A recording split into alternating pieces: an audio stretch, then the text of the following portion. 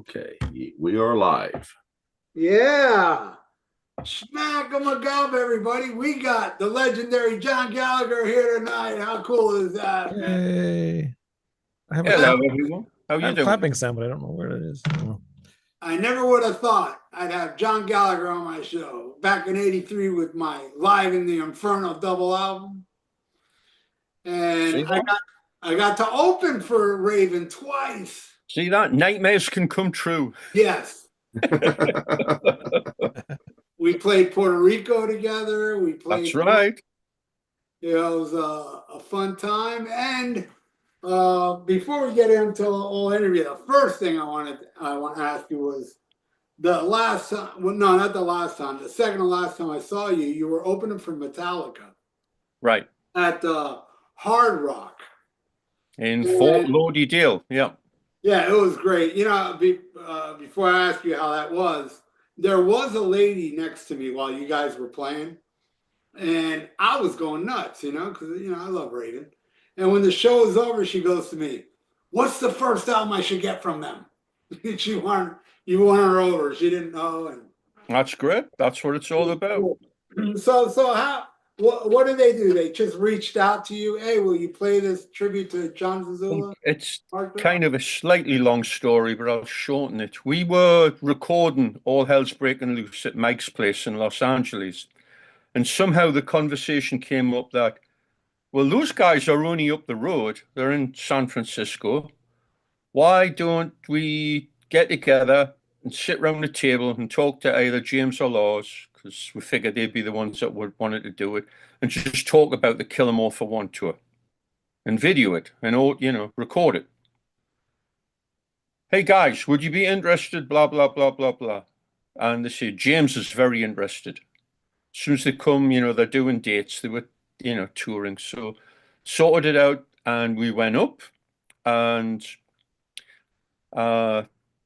yeah, I'll make it a little longer. We walked in and the first thing we see is a flight case with Burke Shelley Budgie written on it. And me and Mark are like, the Grail. And then you see the Marshall Major 200-watt amp and the Vox cabinets that Burke used to use. And then the engineer, Greg, says, look at this. Have you seen this? I goes, yeah, that's Burke's Fender Precision. He says, you ever played that? I goes, yeah, I have once. He says, it's the best Fender I've ever worked with. And it's all over the new album. So Robert played that bass all over 72 Seasons, which is cool as shit. You know, that's wonderful. Anyway, we sat down with James and, you know, talked away about all this stuff. It was very cool. And at the end, I said, you know, we're available for parties and bar mitzvahs if you need an opening band at any time. And he laughed and said, well, actually, we have something coming up on the horizon. I'll let you know. And of course, we're thinking, yeah, sure, right. But 2 weeks later, we're doing this tribute for John and Marsh, and we'd love you guys to be part of it. So there it was. And, you know, they took great care of us. We got to hang out with them for quite a while. And it was an awesome night. It was really cool. Yeah, you guys went over very well, too. It was just awesome. But I'll tell you one thing, and if you look at some of the videos, you'll see it. James and Lars come on to introduce us.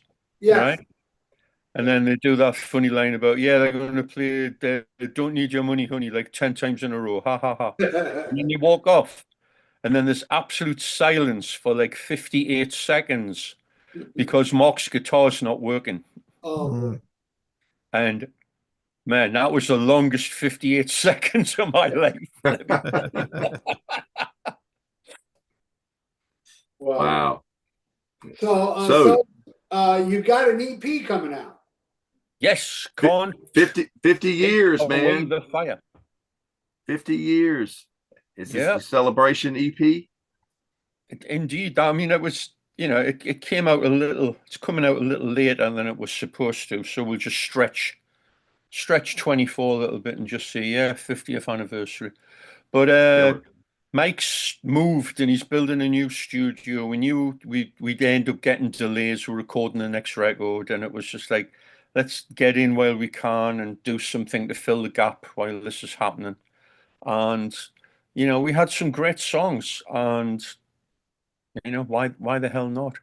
And we're really happy with it because it's like a step up again. You put that first track on. I don't know if you got to hear Black and Blue yet.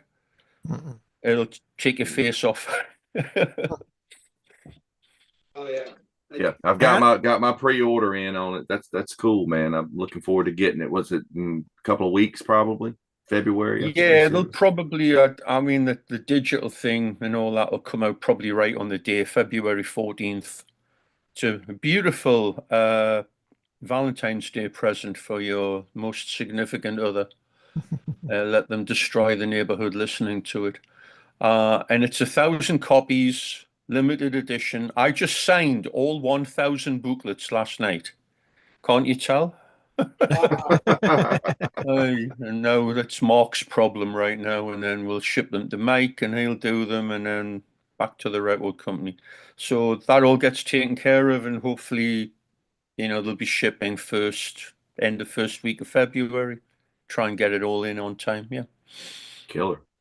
Very cool. I'll definitely order one. And out of these guys, I'm the newest fan of Raven, by the way. I've heard of you guys forever, but for some reason just never really dove into your discography at all. But I listened to the last album that you guys put out, and I was blown away, and I became an instant fan. And I got to work my way backwards. So That's cool. Yeah. That's always a great thing when you find a band you like and you want to go down the rabbit hole. Yeah, Because definitely. let's face it, you know, it gets tough sometimes. Hey, check this out, it's great, and you're going, yeah, sure. Exactly. It's nothing for me. And, Right. But if you John, enjoy our stuff, that's awesome, man. That's very cool. So Yeah. have John fun checking it out. Wayne's a drummer, so if he hears Mike playing, he's probably just like blown away. I mean, Mike That's- Keller, Mike's amazing outrageous. drummer. Mike's absolutely outrageous. The stuff he's he doing def- there, it's like not even physically possible, I think. Right. I heard him, and my ears went directly to him. I'm like, holy shit, this guy's insane. So he does some really good work on that album. I can't wait to hear the new stuff you guys put out. So when you guys came It's, back with Mike on this, man, it was just like, good night, man. They are kicked into a high gear, and that's nothing on Joe, because I love Joe's playing as well. No. And Joe's it's just a phenomenal player, and Extermination's a great album, but with only 3 people in the band, you bring somebody new in, and it makes a difference, a big difference, you know. Yeah. So, and Mike's just brought an awful lot of energy into things. He's like I said, a great player. He's got great ideas. He's even started to play guitar, god damn it. And he contributed riffs for like Turn of the Screw off the last albums, mainly his riffs, which is awesome. So, you know, killer. he'd be like, I can't play this very well, but it goes like this. I'm like, I like that. Let's go. Let's take that and work with it, you know. Very cool. Yeah, on this channel, John, this was my #1 favorite album of 2023. But man, like the 2 albums before it were so strong as well. I mean, it just seems like this momentum. Yeah, absolutely. We're pushing it, and we knew when we were doing Metal City, it's like, oh, when we've got more time together, it's going to be even better, and that continues. So these 5, we've got a couple of burners. There's a couple of more mid-paced ones, and there's one that's slow and doomy and like a slow, heavy blues. You know, think very old Sabbath or Zeppelin for any kind of reference points. It's very different, the wreckage, but it worked. We give it a shot, and it worked really well. So that's cool. And then we got, for bonuses, we got 3 live tracks from, you know, like a new one, or a one with Joe from way back, and a one from Rob from way back. So really rounds it off nicely to make that 50th anniversary thing. But I wanted to bring up that so you guys went for probably about 10 years where you were playing, but you didn't do any albums. I think, what was it? One for All came out, and then it was kind of a break for a while before you recorded something. Well, we did One for All in 2000. Actually, I think we probably recorded it in 99, but I think it came out in 2000. So yeah, we were out on the road with Udo. I saw you on that tour. And then we went on in the States. that's when we went to the station in Rhode Island, and Joe came out and said, "This place is a fire trap." And like maybe 2 months later was that terrible fire there. Wow. Yeah, Yeah. so he called that. But yeah, so we did that, and I don't know what was happening at the time, if we were you working on new material or something. But Mark had his terrible accent. So I mean, my father died in 2001 in like August. So we went over for the funeral. I flew back on September 10th, and Mark and his wife flew back on September 11th and ended up with a 3-week vacation from hell in Gander, Newfoundland, with all the other planes that were diverted there.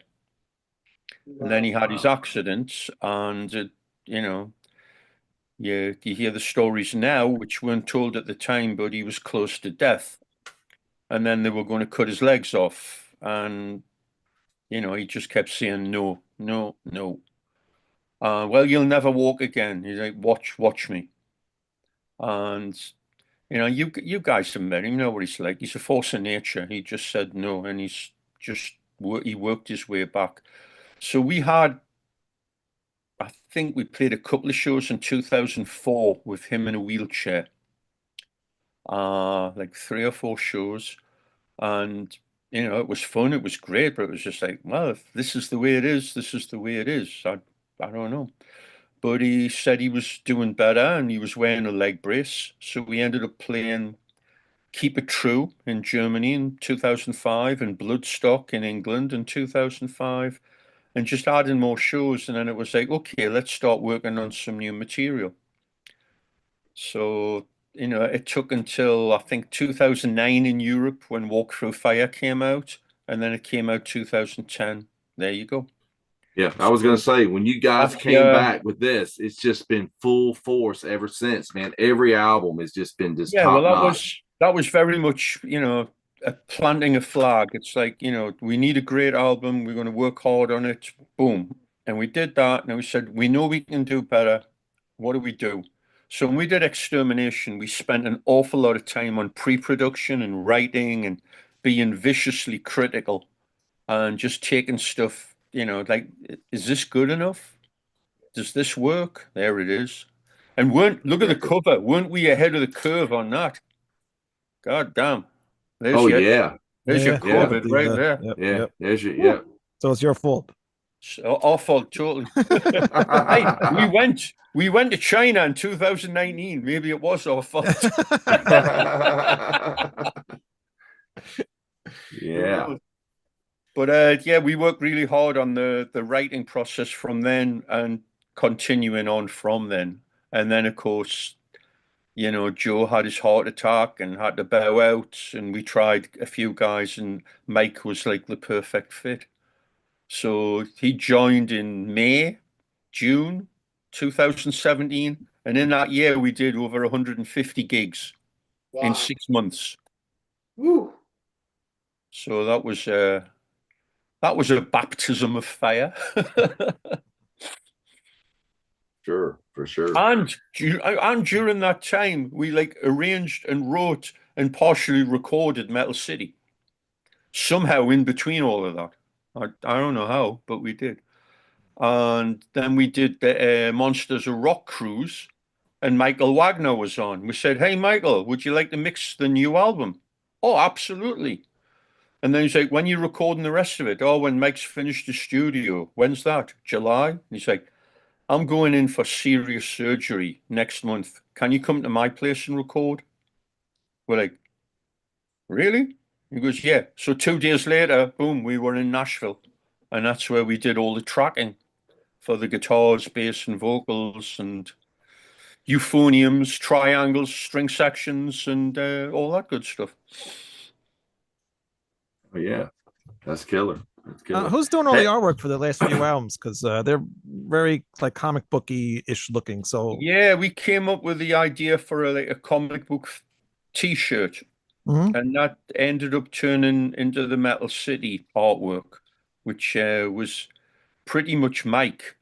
And then we just letting Mike run with the ball on this, and he came up with a a more movie-esque version for All Hell's Breaking Loose, and it continues on with this one. Yeah. So you got, it's bombastic, but there's detail. There's the Right. T-Rex with a chainsaw and the spiders with laser beams, and on the new one, there's a spider firing rockets or something. I don't know. It's fun. It's cool. Yeah, they're really cool. Look, I really love them. Yeah, I love. You look like the Avengers, the way Right. I mean, Mike's got this whole Oh Spider-Man yeah, like leap he's coming got the out. whole the Spider-Man hand is out there for sure. Yeah, for sure. Definitely I wanted to mention. You said you mentioned February 14th for the release day. According to the Wikipedia, which everything is correct on, supposedly this record came out February 14th, like 40 years ago. Ah, that's But it's interesting. 40, Yeah, that would be 40th, probably still right. the 40th anniversary either way. But That would make sense because we recorded it in the fall of 24, and I think it got finished right near the end of 24. So yeah, that would make sense. yeah. Whose idea was it for that artwork? That was mine. And whose back was that? Because that must have hurt. Oh, well, it's this is pre-Photoshop and all that good stuff. So I drew out like a muscle guy, Yeah, with hands ripping out his skin to show metal with "Stay Hard" written on it. Mm. And our manager at the time said, "Oh, well, let's make the hands girls' hands." Like a bit of yin and yang. Yeah, Of course, you look at it looks as if she's busy doing something else at this point. So yeah. She was trying to hold herself up, is what it was. yeah, that's exactly what it is. It's pivot action. And then when we saw the back, it's like, oh, that's nice. There's a whole bunch of airbrushing making us look like cheesy hairdressers or something. Because I mean, we were never that good at putting makeup on. Right, It would be like the freaking Green Bay Packers or whatever. It was like a bit of black, and all of a sudden it's like blush and. Well, I got to ask you, coming from that statement, whose idea was it to come up and wear the costumes? Because when you guys were All For One, you were just more in street clothes and maybe some. All For One, it was the athletic rock type of thing, and I got a little bit more metal and studs, and then it was like, we came up with this. They had a designer come in and came up with this crazy shit. But it looked cool, like on the on and on video. That was fine. It was, and then it got far beyond that when we went to do the photo session for the Packers Park. It was like, yeah, put this on. I was just like, oh, okay. And literally, that was the only time. I mean, Rob wore what he had, but for me and Mark, that was the only time that stuff was worn. I mean, that was like, oh, put the straps around your leg. It looks like I've got me tidy little whites on, me, underwear on. It does. It looks like you got your underwear on the outside. Yeah, I mean, the concept was, the Packers but back, all superhero Packers, football players bursting out of their lockers. And it looks like that on the back cover. It doesn't really look like that on the front cover. Yeah. But let's face it, it matches the music. The music is, it's a very commercialized. I mean, that's pretty cool, but yeah, the front is a commercialized version of us, and the music is a commercialized version of us. And there's some decent songs on there, but side two, man, side two rocks, man. That's there's some really good stuff on there. I've always liked side two. You know, there's some decent stuff on there, but it was out of balance. The way our music works is when you've got the hooks, the commercial, the melody with some chaos and noise. And you've got, structure, and then you've got, madness pushed in with it as well. So that's all got to be in balance. And this was too organized and too commercial. So, we were led up the garden path. You do X and we will do Y, and everyone will be happy. It'll be wonderful. So they wouldn't give us money to do a video, which in hindsight is probably a good thing. I'm happy we're not pouncing around looking like that. And we had to take stock. So it was like, I don't want to do this like this anymore. oh, let's do an EP. We had an offer to go out with Twisted Sister. Let's do an EP. Let's make it hard and heavy. Let's make it raving. So we did Mad, which you got right there. And that was a much better representation of who we are. And that was, the first step back These two from go that. together. They These two do. actually. And somebody just pointed that out recently. It was very disturbing. Very disturbing. Well, one of the guys that comes on with us sometimes, he couldn't be here tonight, Manny. He had a question he wanted us to ask, and it kind of goes along with the Pack is Back, because he wanted to know what it was like to work with Eddie Kramer, and because Eddie produced that record, because he's a big Jimi Hendrix fan, so he asked that question. He had Hendrix and Zeppelin stories for days. That part was great. I have cassettes with the in between the songs, which are just hilarious. The desk broke. It was an old Neve, which, if you're familiar with it, it's a beautiful, very, very amazing piece of machinery. So Mark and Rob started on this whole thing about the merry old Neve and the art of steam recording and this whole Monty Python-esque sketch. And Kramer's rolling on the floor laughing. And then he's just like, fuck you guys, I gotta leave. I can't take this anymore. But you got a band who should have been recorded live in the studio. That's the best way for us to do it, especially then. And you got an engineer producer who that was his forte. And there we are basically, trying to recreate Def Leppard or something. It just didn't make sense. So it got frustrating, and at times Eddie was like, on his phone or falling asleep or whatever. But yeah, I mean, the project was what the project was, and it was done well. But craft is not everything. There's got to be real creativity and artistry, and that was, to me, it was a little bit in short supply with that. But we had, I mean, we were doing Rock Dogs, all right? And it has this middle section. We got Eddie to play piano on it because he's a great piano player. Dang, dang, dang, da, dang, da, dang, da, dang, little arpeggios. And then it has this part which is going dun, dun, dun, dun, dun. You hear all this backward guitar and stuff. And he's getting into doing this. And then he looked and he went like white. He says, right now is the anniversary of Jimmy's death. It was September 28th or whatever it is, whatever it's, and it like freaked him out because we were doing very Hendrixy stuff right there. So that was kind of weird.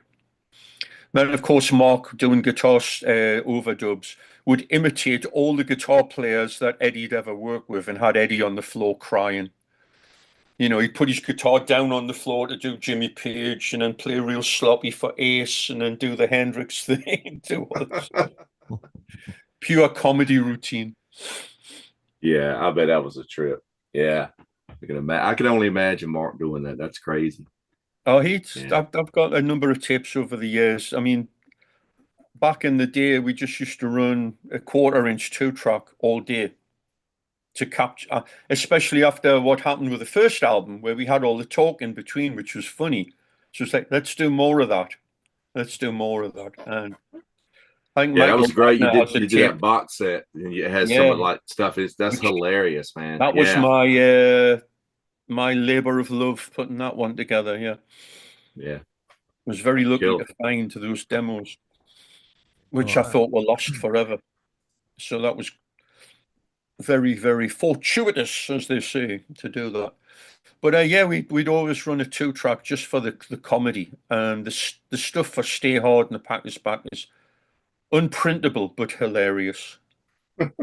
And it's all very much of the time. You've got Mark imitating Prince, with the echo on the voice. Dearly beloved, we've come here today to fry eggs, whatever. And then doing Bruce Springsteen. You're going, what was it, and we go down to the river to feed the ducks. The fucking ducks. Very silly. Wow. Very silly stuff. Well, John, going way back, back in like 1980, you did more than one show with Ozzy Osbourne's Blizzard of Oz, didn't you? We did 4. We did Newcastle, we did Sunderland, we did Middlesbrough, and then we did the Hammersmith in London. Did you have any camaraderie with Randy Rhoads back then? I talked to him. He talked me through his gear. He was very quiet, very shy, and you could have went like this around his waist. He was tiny and skinny. But the band were lovely. They were really nice. Ozzy was very friendly. Bob was friendly. Lee and Randy, they were all very friendly. But the crew were absolute bastards. Oh, were And they? they hated us. The first night, you see, we came on, we went nuts. It was our hometown, home crowd, and guitars were flying around. One landed in Budgie's drum kit, and I think Budgie didn't play the rest of the shows. I think they were a little upset with us right after that. But Wow. you know, we stayed on, and we did the shows. Very cool. I'm trying to read the chat here. There's a couple of questions. Jerry Campbell says he briefly worked with John Z. Not sure how Raven felt about him, but obviously loved you guys the way he talked about you. So how did you feel about John Z? I imagine you had a good time with John because you did the tribute with We Metallica. did. I mean, there was a falling out between him and his partner, and we ended up going with his partner for a while. But so there was a gap of contact for about 4 or 5 years, and that ended when we did the Foundations Forum in California in '94. John was there, and we reconnected, and he would always be in touch. I mean, he called me up a week before he died to say, "What's going on, Gallagher? What's the set list? Where you playing? Da da da da. Can I help?" You know, Wow. he loved us, and we loved him back too. He was instrumental in bringing us to the States, and he was very much a larger than life character. You know, that's why we were very pleased to be part of that thing with Metallica to celebrate him and Marsha. Because without Marsha, he would have been a raving lunatic. He, you know, kind of balanced. They worked together. They balanced each other out a bit, you know. Mm. And Al Horter wants to know what was it like working with Udo? Udo's great. When we did the All for One, he didn't speak any English at all. Oh, wow. Very, very little.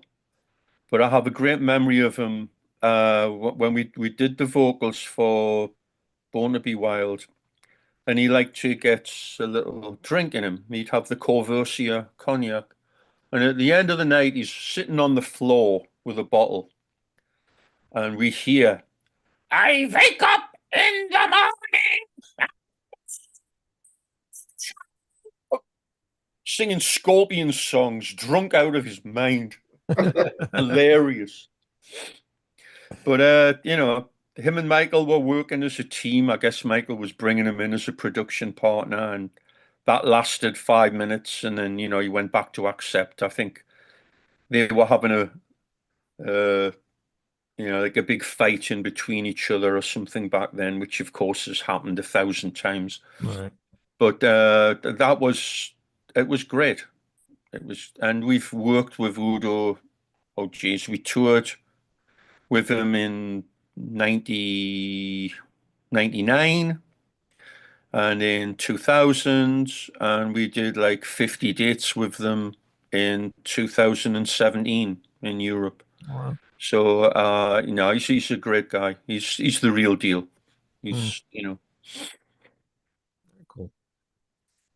Good thing you're still in touch. Look, I found this record not too long ago. See if you can. Let me see if I can find it. Right here. It's called The Devil's Canyon.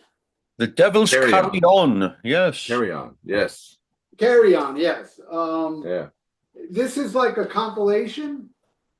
Well, what happened was when we left Neat Records, you know, we basically moved our equipment out of the studio, stored it at a friend who owned a music store, stored it for about a month, and then we moved everything to the States, and then let the lawyers talk about it.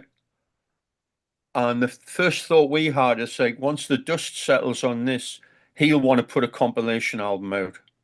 Let's beat him to the punch. Let's do a live album. So that was Live at the Inferno.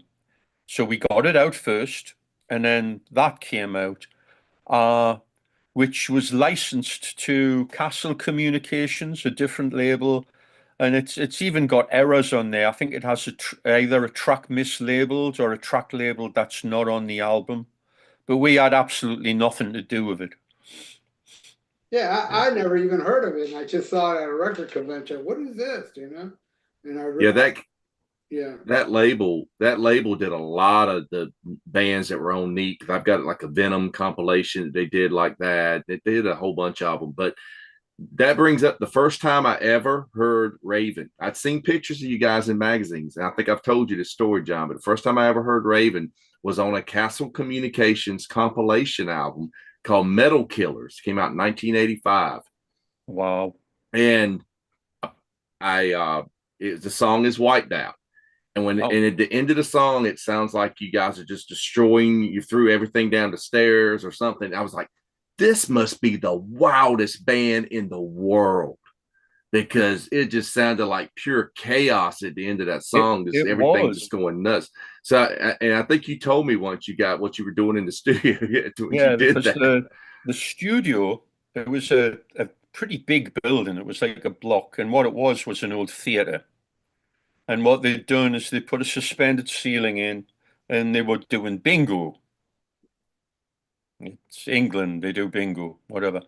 And on the side was the dressing rooms for the theater. It was that old. So it was all stone, and it was like 3 levels. So you had the ground floor, you came in, we usually had all our gear stored in the corner. And you went up to the first level, which was the offices and the tape room, and then the top floor was the studio. So it was obviously a pain in the neck getting all your gear up to the top floor. So what we did when we were doing Wiped Out at the end, it's like we got a garbage can and filled it with like microphone stands and, you know, the weights they used to hold the microphone stands and little bits of this, that, and whatever. And you put microphones all the way down the stairs and like, okay, go. Through it. And one of our roadies, Johnny Loudon, was down in the second floor playing pool. And if you turn it up really loud, you can hear him go, "What the fuck was that?"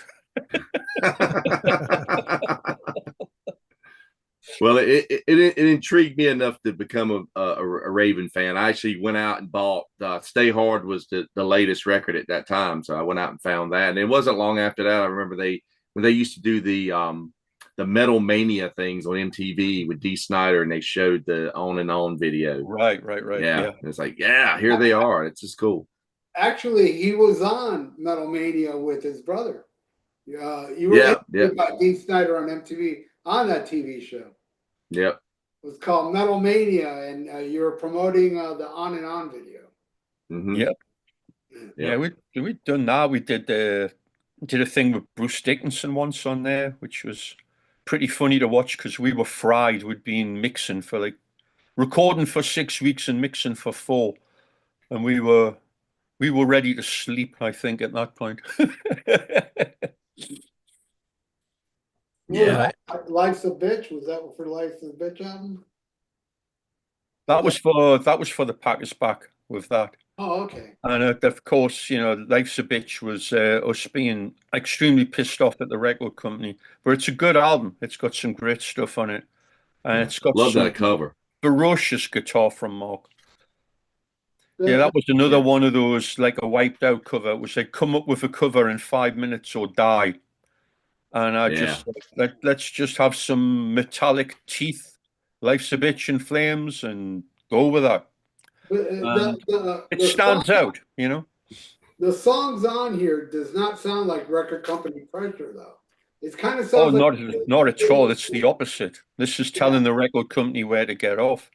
And they allowed it. And they didn't understand it, of course, and they released it pretty much at the end of the tour that was promoting it, which was kind of not very helpful. But Atlantic were absolutely the record company people who you see in Spinal Tap, 100%. Like vacuous, brain dead, not understanding anything that's going on whatsoever. We had a press Yeah. secretary there that was exactly like Fran Drescher, who's in the movie, you know, like the nanny. Mm-hmm. Hey, Raven, hey, come on in. We got interviews for you. Hey. You know? Yeah, it didn't seem like Atlantic did a lot for the metal bands that were on them, because you guys, they had like during your period they had like Sabotage, they really didn't know what to do with a lot of those bands, and it They just did the seems same like thing with all of them. They tried to change all of them to Malice. away from Yeah. what they were, which was kind of stupid, you know? But once Johnny Z got Megaforce involved with them and they did Testament, it seemed like they finally kind of got their shit together a little bit by then, maybe because with his guidance, hopefully. Well, it But worked out where he was playing A&R and he was basically just using them to distribute it. It was a distribution deal, which of course worked out really well. Because initially, like with Metallica's first album and All for One of ours, and also Live at the Inferno, it was going through. I have no idea who the independent distributor was at that point. Caroline, somebody like that, you yeah, know. they were Important and Caroline with the There two you that I go. remember used to see on all of them. But yeah, going back to that question that Ralph asked you earlier about touring with Ozzy and like, was it 1980? I had read something where you say you had a meeting with Ozzy and Sharon, and they wanted to take you guys on. Yeah, that was at that Hammersmith Odeon gig. We'd done our sound check, and I was called over to the back of the hall where they had a table and a couple of chairs, and Ozzy and Sharon are sitting there. And I'm like, "Hi, what's up?"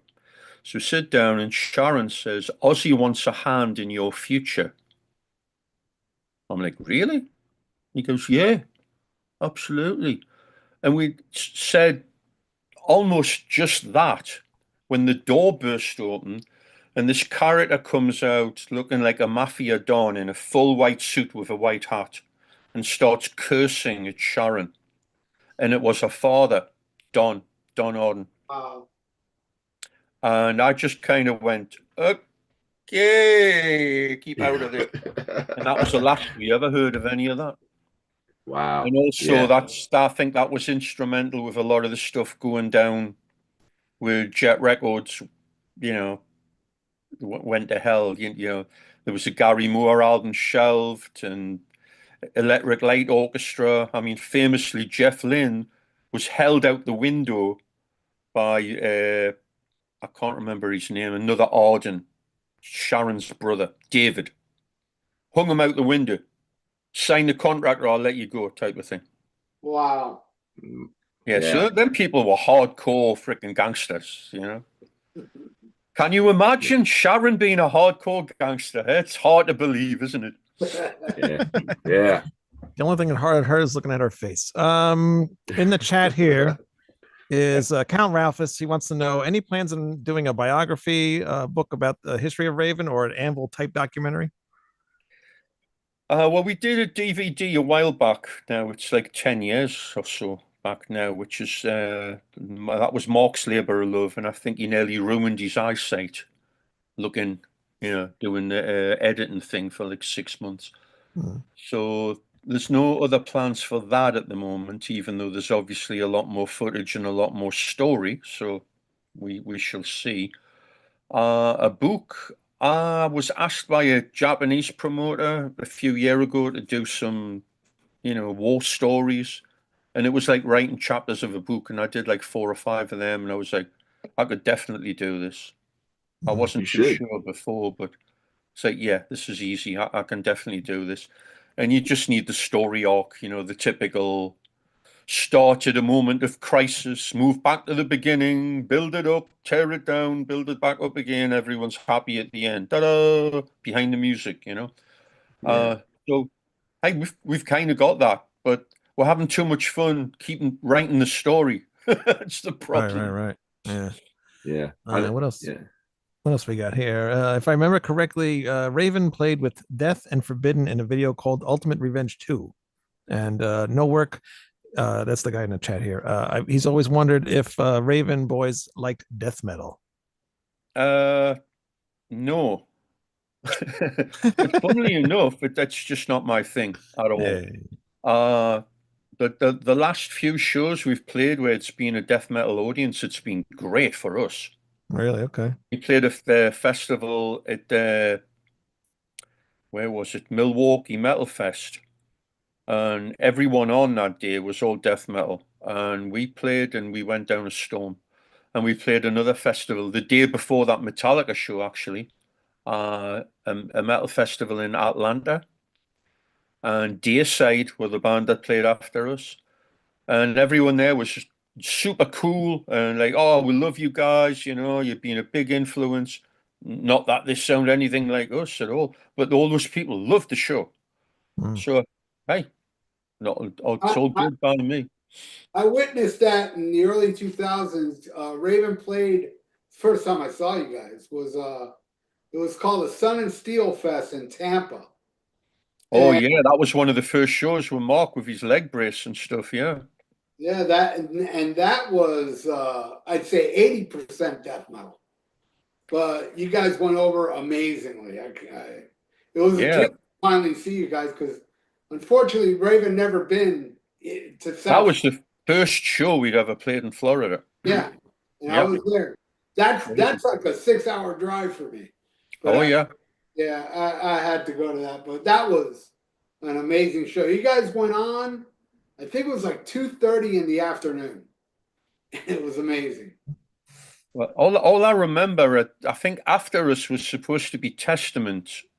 And they played. We left. We left and they still weren't on. No, everything was delayed and there was like a near riot or something. I don't know what happened. Body Count were headlining. Yeah. Yeah, they were there.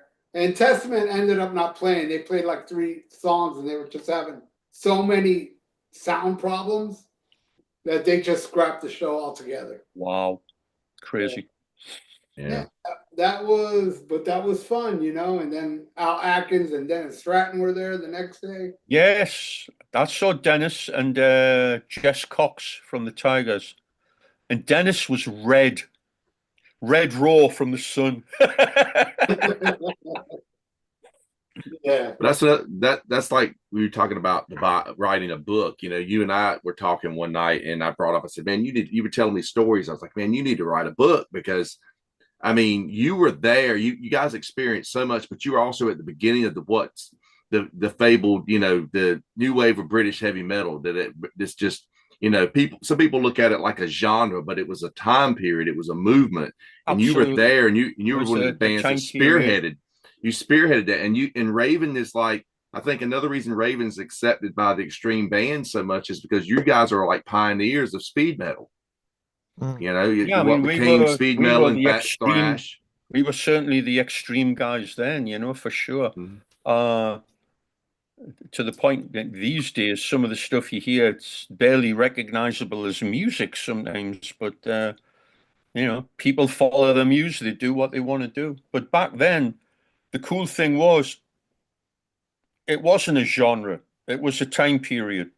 And there's a lot of people go, oh, this sounds like a NWOBHM band. It's like, what does that mean? Because Raven didn't sound like Saxon, didn't sound like Iron Maiden, didn't sound like Venom, didn't sound like Diamond Head, didn't sound like Samson, didn't sound like Angel Witch. They were all totally different, which was cool. Yeah. All they had in common was passion and energy, you know? And maybe Impulse Studios, right? Sometimes. And the song would go down, down, down. Because they had the one echo machine. It's like they had to use it on everything, you know. In the chat, going through all of that actually. Because where are we? The Grail, the old stuff. I've been asked to, you know, thinking about doing a box set on Wipeout and All for One. So there's all these horrible tapes I have to listen through of dreadful quality. So if anyone out there has got anything decent sounding from 1982 or 1983, get in touch, please. Very cool. We need those tapes that you ran in the studio during Stay Hard with just Mark goofing off. That'd be great. Yeah, well, I can cherry pick some of that where it's not too offensive. There is an Yeah. extra song called "Nazi War Criminals Take It Up the Ass," and it's absolutely hilarious, but it's very filthy. So I don't know if that'll ever see. We also, I don't know if you guys ever heard the rap song that Johnny Z did, Oh yeah, metal Lone rap. Major. We Metal did a rap. parody. We did a parody of that called "Noisy Bastards," and it had the funniest lyrics. Oh, I bet. It Yeah. started with a band called Cream, biggest pile of shite I'd ever seen. If I could catch the Grateful Dead, I'd shoot the bastards in the head. Macho men, that's what they wish, but Manowar, it's a jellyfish, noisy bastard. And it went on and on and on. It's very Yeah, silly. we need that one for sure. Yeah. I Yeah. think Metal Mike in Holland actually has a copy of that, so I've got to get that off him. That's important. In the chat again, DJ Double Barrel. What was it like transitioning from Raven to Paul Diano's Killers?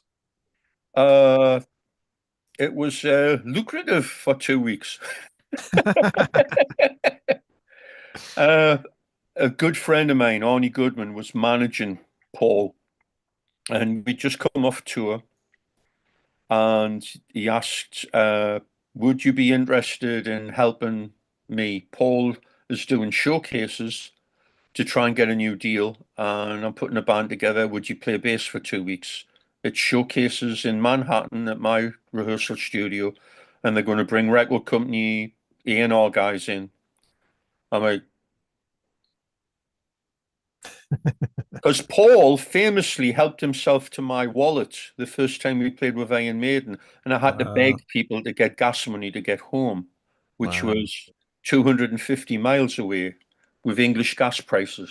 So that was karma come back to bite him on the ass. So yeah, I got paid. And it was me, Cliff Evans, and Steve Hobgood who were playing with Tank. A guy called Ray DeTone, who I've just been working with, awesome guitar player, producer, writer, what have you, and Paul. And Paul was on Best Behavior. He was great. He sung great. He, behaved himself. But the funny thing was, they were doing Battlezone and Iron Maiden songs and not telling the record company anything other than, oh, here, we've got some new songs. And these guys were so thick and didn't do it's like, these songs are great, man. I love it. So he ended up getting a deal with a South American company. And to sweeten that pot, they were going to tour down there. So he says, let's do a fake live album. So they brought a remote truck, Steve Remote's truck, and recorded live the 2-track. We did the full set. And then they added Horrible Crowd to it. But it's a live album. It's called South American Assault. And it's good. It's real good. Yeah, it is good. I remember you telling me it wasn't live, and I was like, "Really?" You're like, yeah, it's just audience tracks. Have a listen to it. It's like, hey, woof, woof, hey, woof, woof, hey, the loop, the crowd loop. Yeah, crazy. Hilarious. Did you keep up with Paul at all after that, or no? No, I ran into the band he had, Killers, a few years later, about 5, 6 years later. And we were doing the Foundations Forum in California in '97. So Cliff was there, and I think Steve Hopgood was still playing drums. And Paul never turned up because he got bounced off the plane because of his drug conviction and never made it. So no, I've heard all the horrible stories and all the rest of it. And Paul's one of those guys who's like, he was instantly likable, but he was also his own worst enemy. Right. Yeah. So it's a sad tale, but a legend, absolutely, just because of those 2 records, if nothing else. Yeah, definitely. Mm-hmm. Yeah, that Foundations Forum you mentioned. That's the first time we met. The first time that I ever saw Raven in concert. There was you guys did a show during it was a showcase show, and you guys it was the guys from Loudness had a new band, and they opened, and then you guys, and then the Metal Health lineup of Quiet Riot was the headliner. That was the first time they had played together in quite a while. And Yeah, they were. God, man, it was such a good show that night, man. I think they were probably one of the loudest bands I've ever seen. It was painful. It was Motorhead level. Mm-hmm. It was very Yeah. strange. And Kevin DeBrow was very cabaret act, a very strange stage act for sure. But yeah, I thought it was funny. It was like, what was that band called? It wasn't like Easy O, but it was something like that. It was Shy or Sly or something like Yeah. that. Yeah. But it And was the singer and the drummer from Loudness. Minoru had all this stuff written out on the floor. It was like, it is so good to be here with Raven and with this. And when they went to play, there was like 15 people watching them.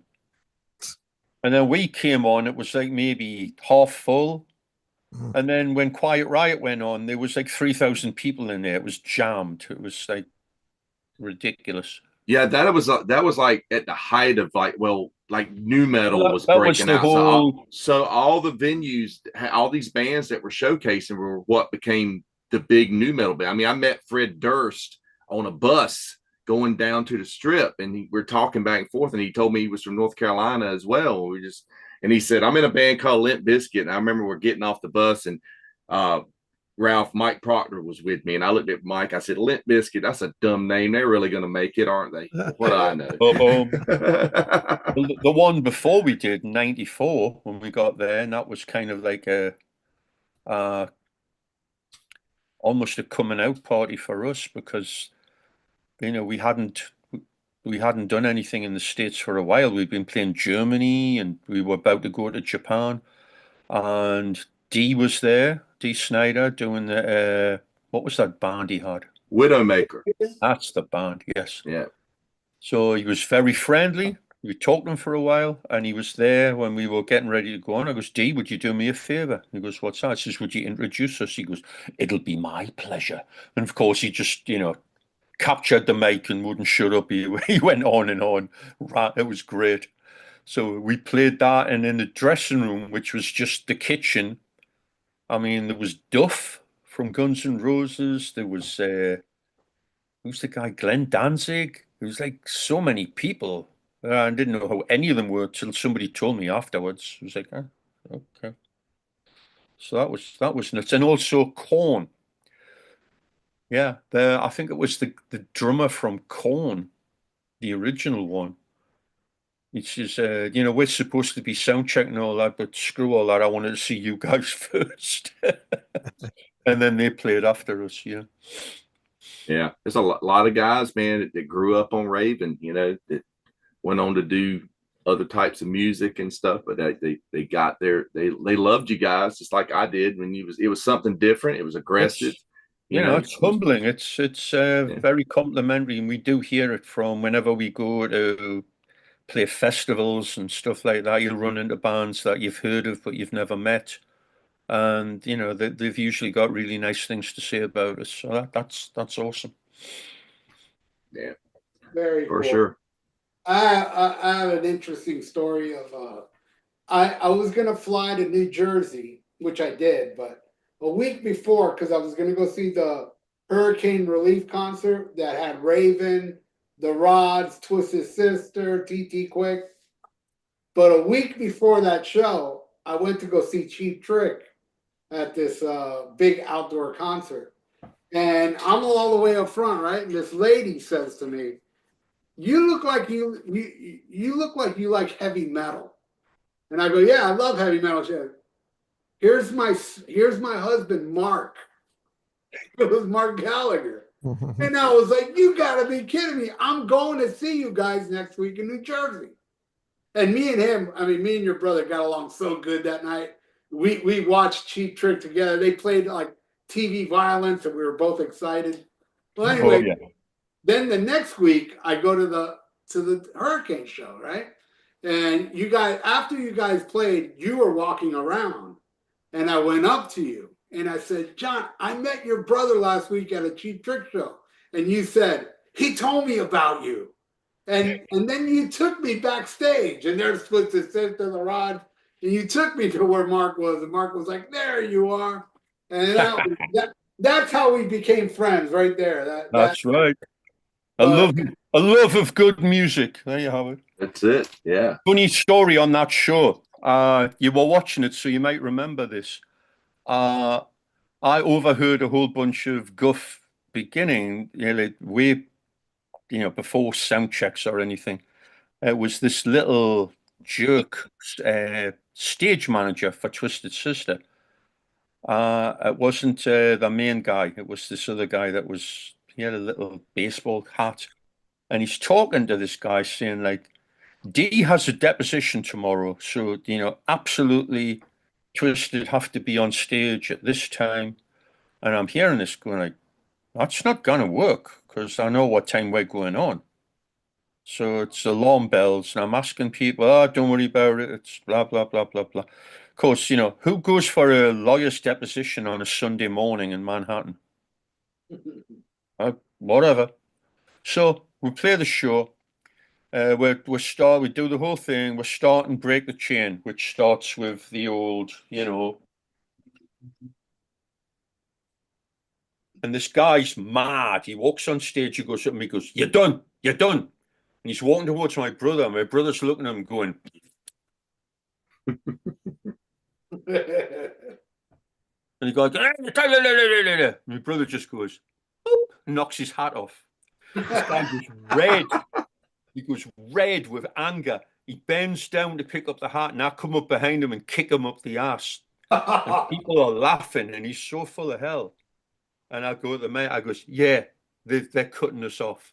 And everyone started going, bullshit, bullshit, bullshit. So, yeah. I do remember that. Yeah. Wow, that sucks. Yeah. Very strange. Yeah. And what's it been like working with your brother? Have you ever had any like falling outs with him? Like, I want to get this guy out of the band now. I want to get a new guitar player.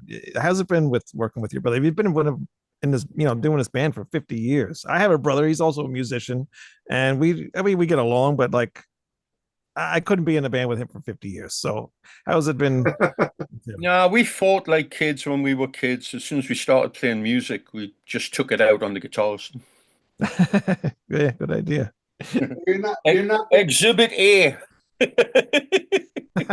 That's the bass, folks. That's the bass. He's had it for years. Yep. That's the one. Yep. Do you still got the lightning bolt? 45-year-old. You still got your lightning bolt bass? I don't. I could never use it. It was too big to travel with. It had a case like a mixing board case. Wow. It's one of those things that's like, since I'm making guitars now, I might make a clone of it for fun where I can take the neck off. That's that bass right there? Yeah. No, that's this one here. Yes, wow. That's that one right there. Same one. Yep. Yeah, it's killer. Hey, John, I know I think I've asked you this before, but when you were riding around, you guys are riding around touring with Metallica in a van, did you ever think these guys could be the biggest metal band in the world at one point, at some point? Of course not.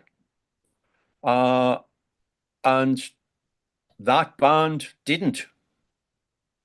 Even though it's the same four guys, because the next album is drastically different from the first album. And that album isn't a thrash album per se. It's more of a heavy metal album. And it's got depth, and it's got, fast stuff and Fade to Black and a bit of rock and roll and a bit of whatever. And that, you heard that band and you see that band doing well, you go, they're going places. Nobody could guess they were going to where they went, but you could see that band going places. But the first album was very punky, very, it was groundbreaking and all the rest of it. Mm-hmm. But you couldn't see that crossing over at all. And many bands that were of that ilk never crossed over huge. Mm-hmm. That's just the way it is. It's the next step. Yeah. Thing. But by the time they got to the Black album and I was driving somewhere and they put Nothing Else Matters on, and I pulled over and I laughed my ass off. I'm going, these fans are going to hate this, and it's going to make them the biggest band in the world. Yeah. And it did. Yeah. That's true. That's true. Yeah, you know, I know people that when I was listening to, you know, Ride the Lightning and Kill 'Em All, they're like, how do you listen to that? It's just, God, it's like a bunch of noise. And those same people, like now, love Metallica. They're like the biggest Metallica fans in the world. Oh yeah. Well, you know, this. Yeah. I think there's a bunch of people who they don't get music. They get the energy. You know, so. And they're bandwagon We jumpers. might be playing, you know, sort of like, I don't know, like all they hear is with a big noise. They don't hear notes. They don't understand notes. Right. I knew a kid that went to see Pantera back when they were big. How was the show? Oh man, it was phenomenal. The Pit, man. There was this guy and he came up to me and I hit him and I'm like, whoa, whoa, whoa. How was the show? Oh, they were great, but let me tell you about the Pit, man. Yeah. Go away. You know nothing. You know nothing about music at all. So there are a bunch of people that are just, you know, it's like people who are tone deaf. They don't get it, and you're always going to find that. But you'll find people like yourselves. I mean, 3 you guys with collections like that. I mean, that speaks volumes, because that's not all one kind of music by any means. Yeah, and we're lifers, you know. You know, I mean, we're in our 50s and we're still into this. Speak for yourself in 50s.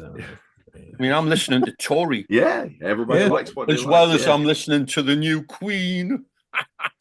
What do you think of that remix? A lot of people don't like it. You know what? I haven't opened it yet. I literally so I have to go. I heard it was tweaked, where vocals have been tuned and stuff like that. Yeah. I'm not a fan of it, to tell you the truth. I did purchase it myself, and I'm too used to the original first album, you know. Yeah, I mean, obviously you've got the first album, so. Well, I have the ultimate version of the first album, the 8-track version. Yeah, so that's you know, of course, in addition. Or you covered Or Great Battle. Ogre Battle, yeah. Yeah, that's a really good covers, because another song that you covered is like not very known in America. I'm sure this the covers album, folks. This is great. Yeah. Cockroach from The Sweet. Oh yeah. I was like, oh wow, you know, because they're not very well known here. You did. Well, that was the fun thing. We picked songs that nobody had done, and you try to put your own little twist on them. But some of them came out strange. The Slade song sounds like Slade, and we were like, "Oh my god, that's scary!" It actually sounds like Noddy. I remember seeing you guys. We were at a show once, and I was hanging out, and you guys were doing sound check, and you were playing "Take Me Back Home," and I was like, "God, it sounds like Slade." In the DNA, and that was fun doing that, and we'll do something like that again. We were, after we played Japan and China back in 2019, we went back to Mike's in LA. We were there for like a week or two, and we came up with all these cover tunes, some of which I can't tell you, because at one point it was like, what would be the worst possible song to cover? And we picked a couple of 80s classics that were just hilarious. Even Hasselhoff got a nod at one point. And we worked up a whole bunch of tunes that we've never finished, but at some point we'll get to it. There was some cool stuff, but weird stuff, you know, like obscure tube songs and stuff like that. So it was fun. We'll get to it. Live too, you guys go into this little jam section where you throw out some cover songs, like the part of "Need Your Love" from Cheap Trick. You throw all this set, and then when I see you again do that jam thing, you do it completely different with other songs. Is this a thing that you changed every night, or because that jam section is awesome? I think it's during Break the Chains. I'm not sure. Yeah, it's usually in Break the Chain, and if it's not, we'll just slip it in and start messing around. And sometimes it's looser than others. Other times it's got, we'll do a couple of Sabbath tunes. We started doing a Supernaut at one point. We slipped that one in. When Malcolm died, we were doing, Long Way to the Top. We put that one in. So yeah, it's something we just mess around with. It's fun. It's our roots, and it's goof off time, and then it's just like, and what else? What else you got? And Mark will come up with something, and we started doing Victim of Changes, a bit of that, put that in. Yeah, it's all fun. It's good. Yeah, I highly recommend to go see Raven live. I mean, I've been avoiding shows lately, John, but when Raven came down, I have to. It's my duty to go see Raven. Absolutely, it's mandatory. Yeah, it's mandatory. And that was that. Which one did you come? The Pompano, right? The Pompano Beach. That was a fun show. That was a crazy show. Yeah. John, are you in Florida now? I am. I'm just up the road actually from there. I'm in Stewart, which is like about an hour north of West Palm, about an hour north of Pompano, what have you here. Yeah. I'm not that far. So, I'm down. are you guys gonna do a tour after the EP comes out? Well, the plan is we've got Hell's Heroes in Houston on March 20th, which, if you're not familiar, is a great European style festival they've started over the last few years there. It's great. Yeah. I went 2 years ago. It was really, really cool. That's going to be fun. Then looks like Mark's getting some medical stuff done. He really needs a new angle, so he's getting checked out for that. We'll see what happens. We'll be writing. Mike should have his studio in shape by then, so hopefully we do some pre-production and working on that. Booking dates in September for Europe. There's a few festivals and play around some places we've never been in years, like Greece and what have you. And then we're looking to do the States either before that or after. So August or October. That would be the plan. Killer. Yeah. Can you tell me anything about Architect of Fear, which I think is a phenomenal album? Another great record. Yeah. Architect of Fear. We toured in '89 with Creator. And we had the opportunity to come back to Europe, and it was the first time we'd played Europe in about 6 years or something. So that was awesome. And we ended up going with Creators Management for about like 3 or 4 years. So we wanted to record an album. He says, yeah, we've got a studio here. Come on over. So we recorded it in Germany and had a great time doing it. Worked hard, long hours, but it was awesome. The engineer who did it had his mother cook for us, and it was like great home cooking food. And we were in this town, and Mark and Joe would get drunk and get on the balcony and try to do Hitler speeches, and it didn't go down well, as you can imagine. But yeah, we had an awesome time putting that together, and then we went out and toured with it. But it's very heavy. It reflects, the whole German thing. I guess it's something in the water, something rubbed off a little bit.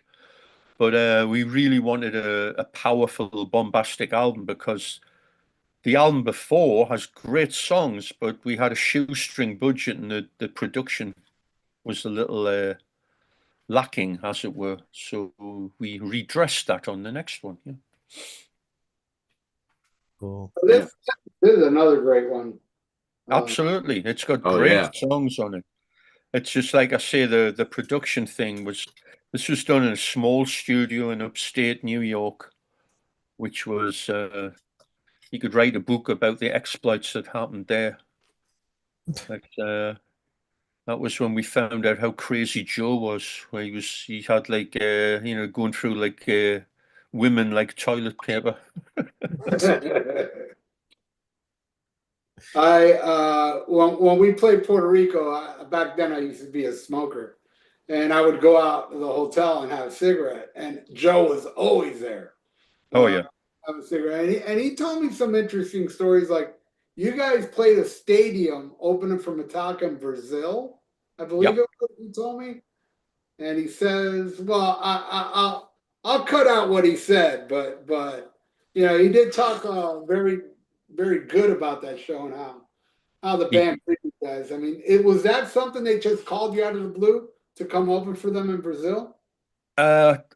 we were booking dates for South America, and our agent down there got in touch and said, "Are you still in touch with Lars?" I said, "Well, we just done that DVD, and through a mutual friend, Lars was very gracious to do like 30 minutes talking about us for it, which was cool." I says, "So I can get in touch with him. Why?" He says, "Oh, they're playing stadium shows down here, and let's try and get on the Sao Paulo one." Okay. So I had a contact, got in touch and said, please ask the guys, could we open for them in Sao Paulo? Comes back, yes, Oh, you wow. can. So we heard this after doing 70,000 tons. The crews were driving to the airport and get the call, you're on. We all went. That's one of the few times where we all just went nuts. It's, you know, we've had things happen before where you go, yeah, I'll believe it when I see it type of thing, but we just blew off steam on that, I remember. And then I started getting phone calls from people from Live Nation. I need to speak to, is it Raisin? Raymond? Who is this band? Are you a real band? It's like, yes. Why are you asking? Oh, just because, you know, da, da, da, da, da. And I find out from the promoter that another band was supposed to do it, and they were pissed. And they were trying every angle to try and get us kicked off. But of course they couldn't because it came from the top. It came from Laos. Yeah, they're doing it tough. So we got there and we got treated like kings, and it was great. And we got to hang out with them for a little bit.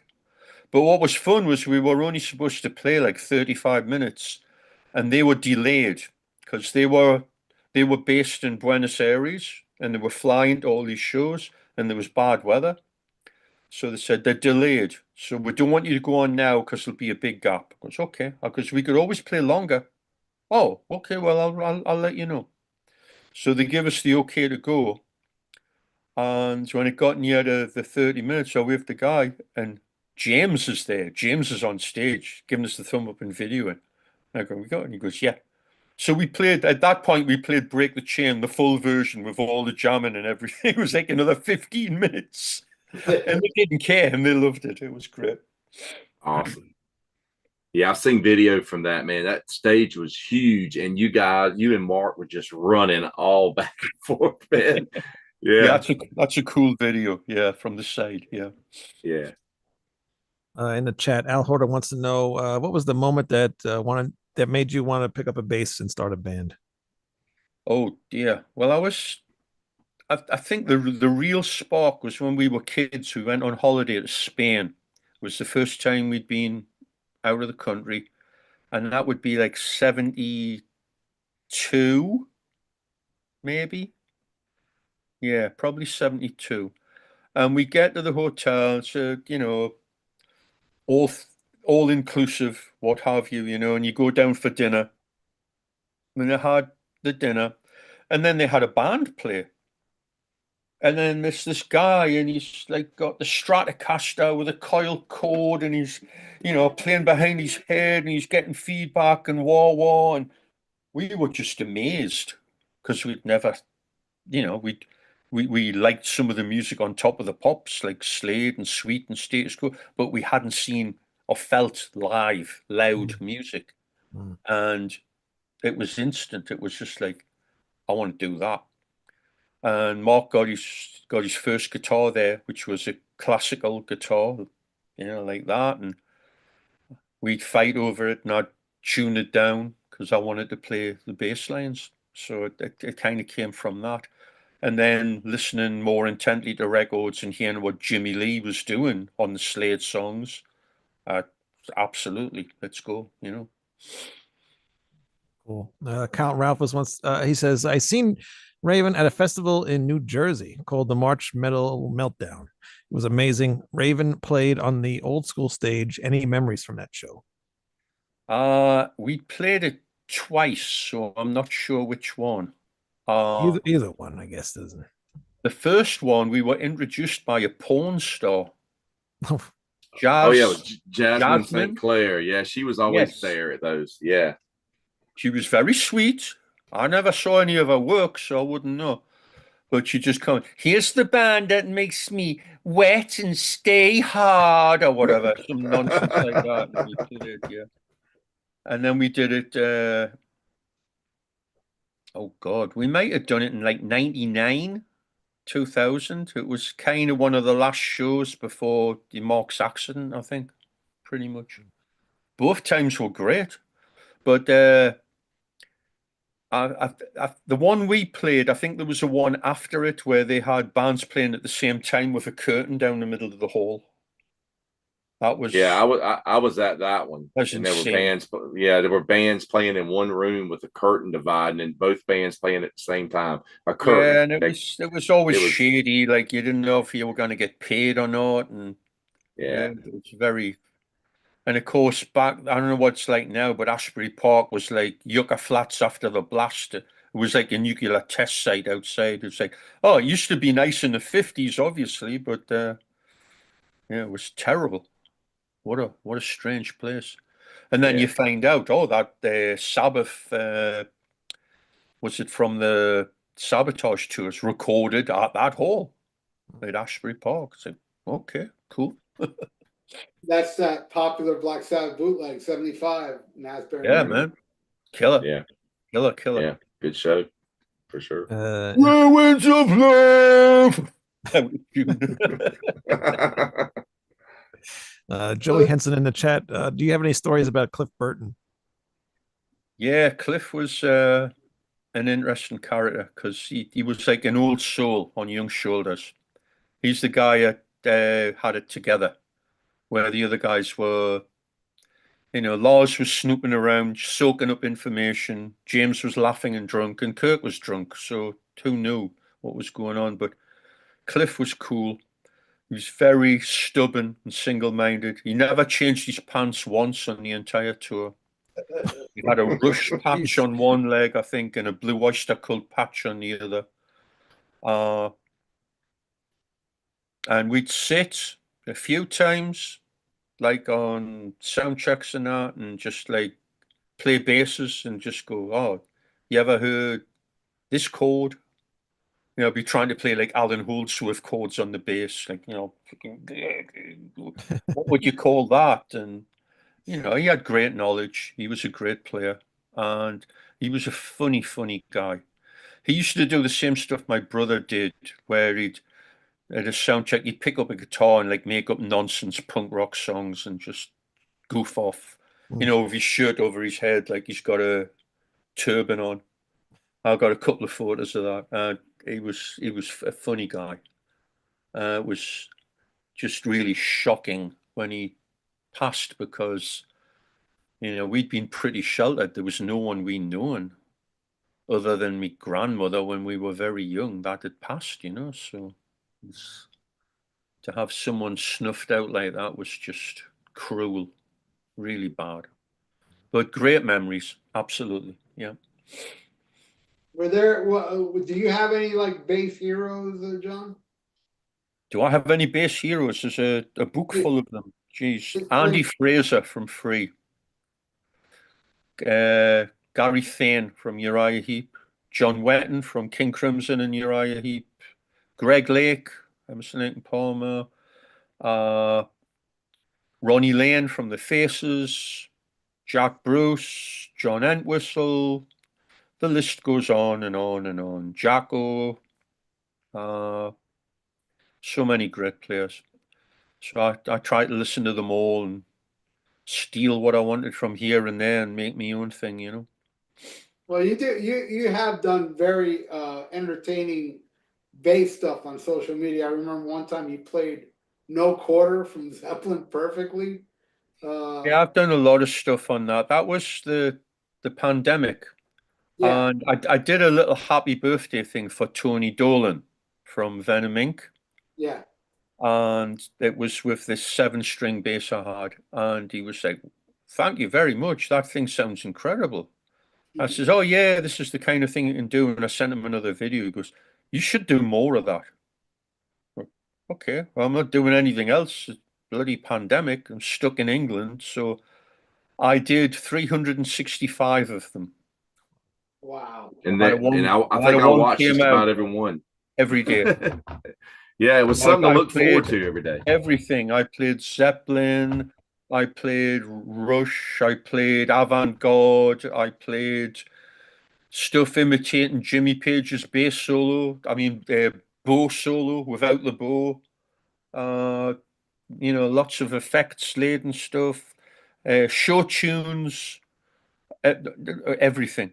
And it was a challenge and it was fun.